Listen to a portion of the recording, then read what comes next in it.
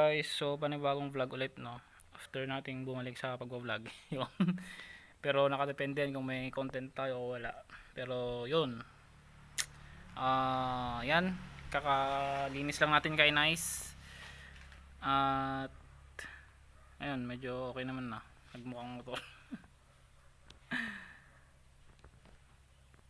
So ngayon, ang gagawin natin, papalitan natin yung shocks nya, rear shocks. So yung papalit natin ay YSS, no.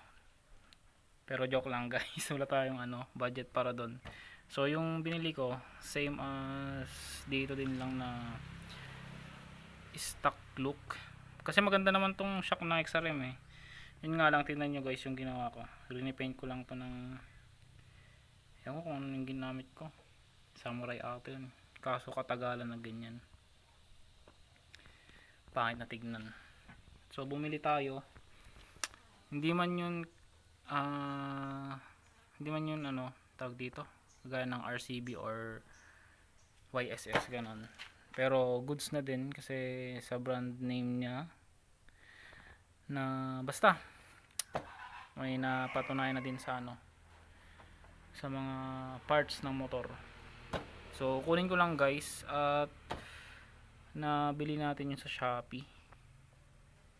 1,100 plus ata yun. So ito na pala yung shock na sinasabi ko. Unbox lang natin. Hindi ko makawakan ito. Pero nabuksan ko na to pala guys. Binalik ko lang para ito, para sa vlog. At naman lang nabibili natin sa Shopee, no. Binubuksan ko kaagad. Hirap kasi pag walang tripod eh. Wait lang guys, buksan ko na lang. So ito na guys, papakita ko na sa inyo yung shock na sinasabi ko.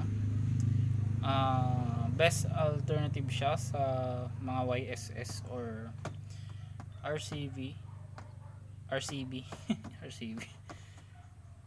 Kasi goods naman to.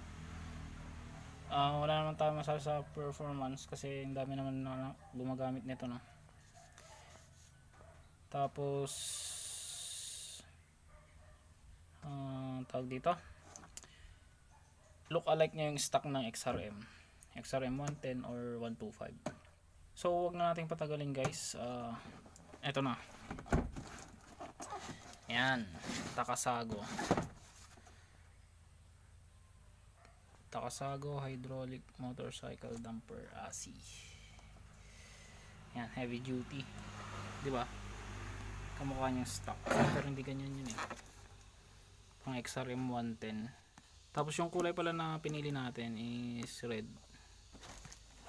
Black sana, kaso yan nga lang, parang walang nagbago kapag na-try naman natin yung black, yung rinipaint natin, pati yellow.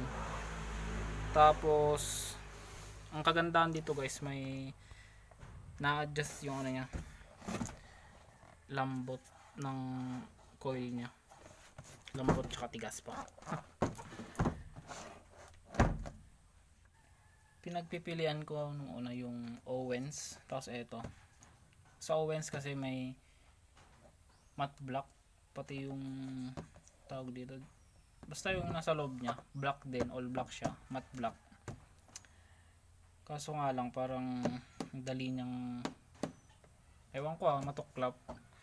Pero para sa akin, ito na lang pinili ko, Takasago, kasi matagal na to sa industriya ng motorcycle parts. Ewan ko kung motorcycle parts lang yung Takasago. Ito na yung pinili ko. Same lang naman sila nung Owens shocks. Para iba naman, red yung pinili ko. So bubuksan ko na guys. So maganda naman yung packaging nya. Yan.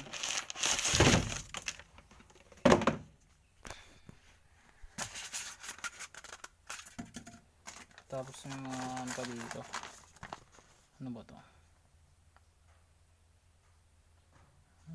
Tingnan natin dyan. So ito yung packaging nya. solid din. Gas.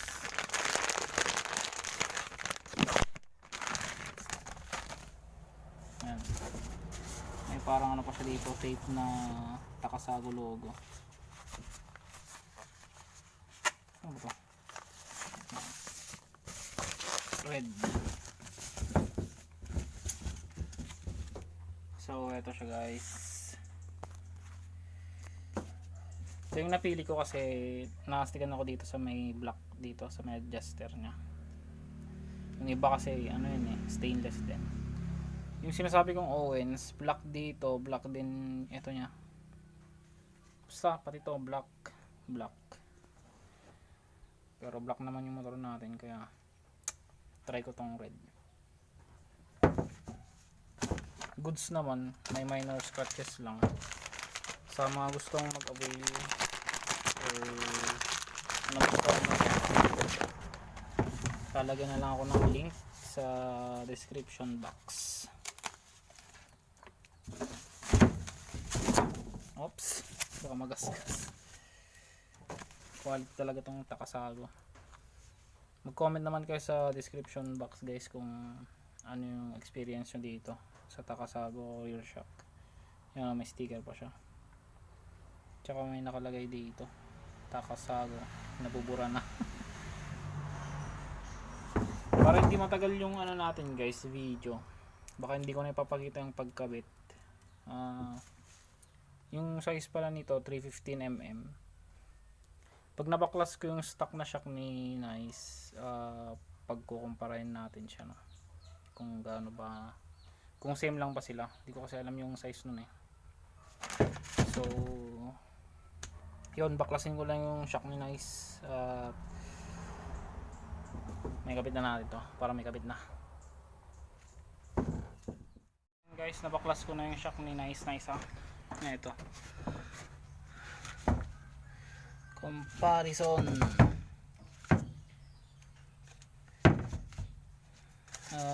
Yan, magka-size lang sila guys. Ang pagkakaiba lang nila, ito may adjuster to, ito wala.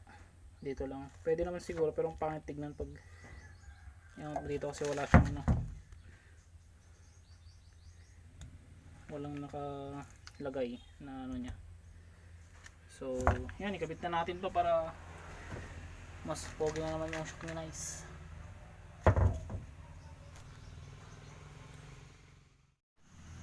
Yun, ikabit na natin yung isa. Yan, napakaangas. Ito yung black na nagfe-fade na yung kulay or natutuklap. Yan, mas maangas yan pag balik natin yung fairings nya. So balikan ko ulit kayo guys kapag natapos ko na ikabit na dalawa, pati yung fairings. Yan guys, nakabit ko na yung mga fairings. At yun, bumagay yung red na suspension sa likod or rear shock. So hindi ko pa naman nilagay yung mga fairings nya. Update na lang kung ano yung mga magaganap dito kay Nice, no? Gaya dati. Ayan. Pero mas okay ata pag tanggalin ko na lang tong sticker na to. Kasi ang dami ng logo dito sa may coil. Basta para mas ano siya, mas malinis siyang tignan. Yan, bagay siya sa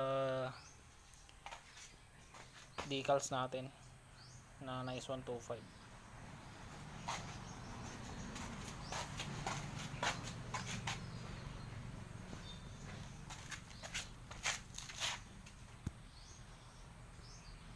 Di-install talaga tong cellphone na to, visit. Yan.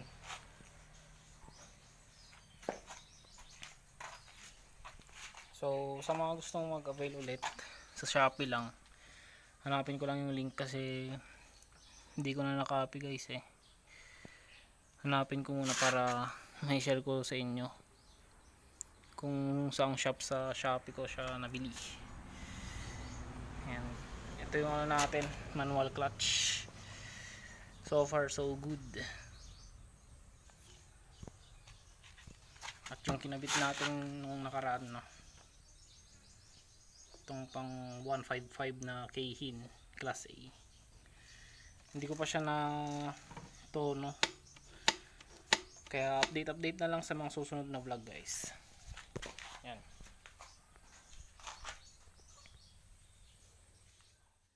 So dito ko na tatapusin tong vlog guys. Sana nagustuhan nyo yung video natin, kahit simple lang gaya dati, di ba, simple lang naman yung mga vlog natin.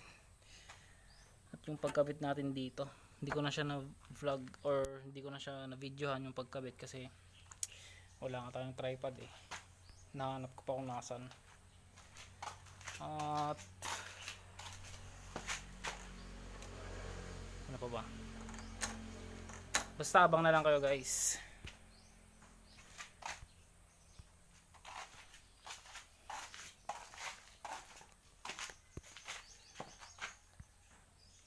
Ride safe and God bless sa inyong lahat guys.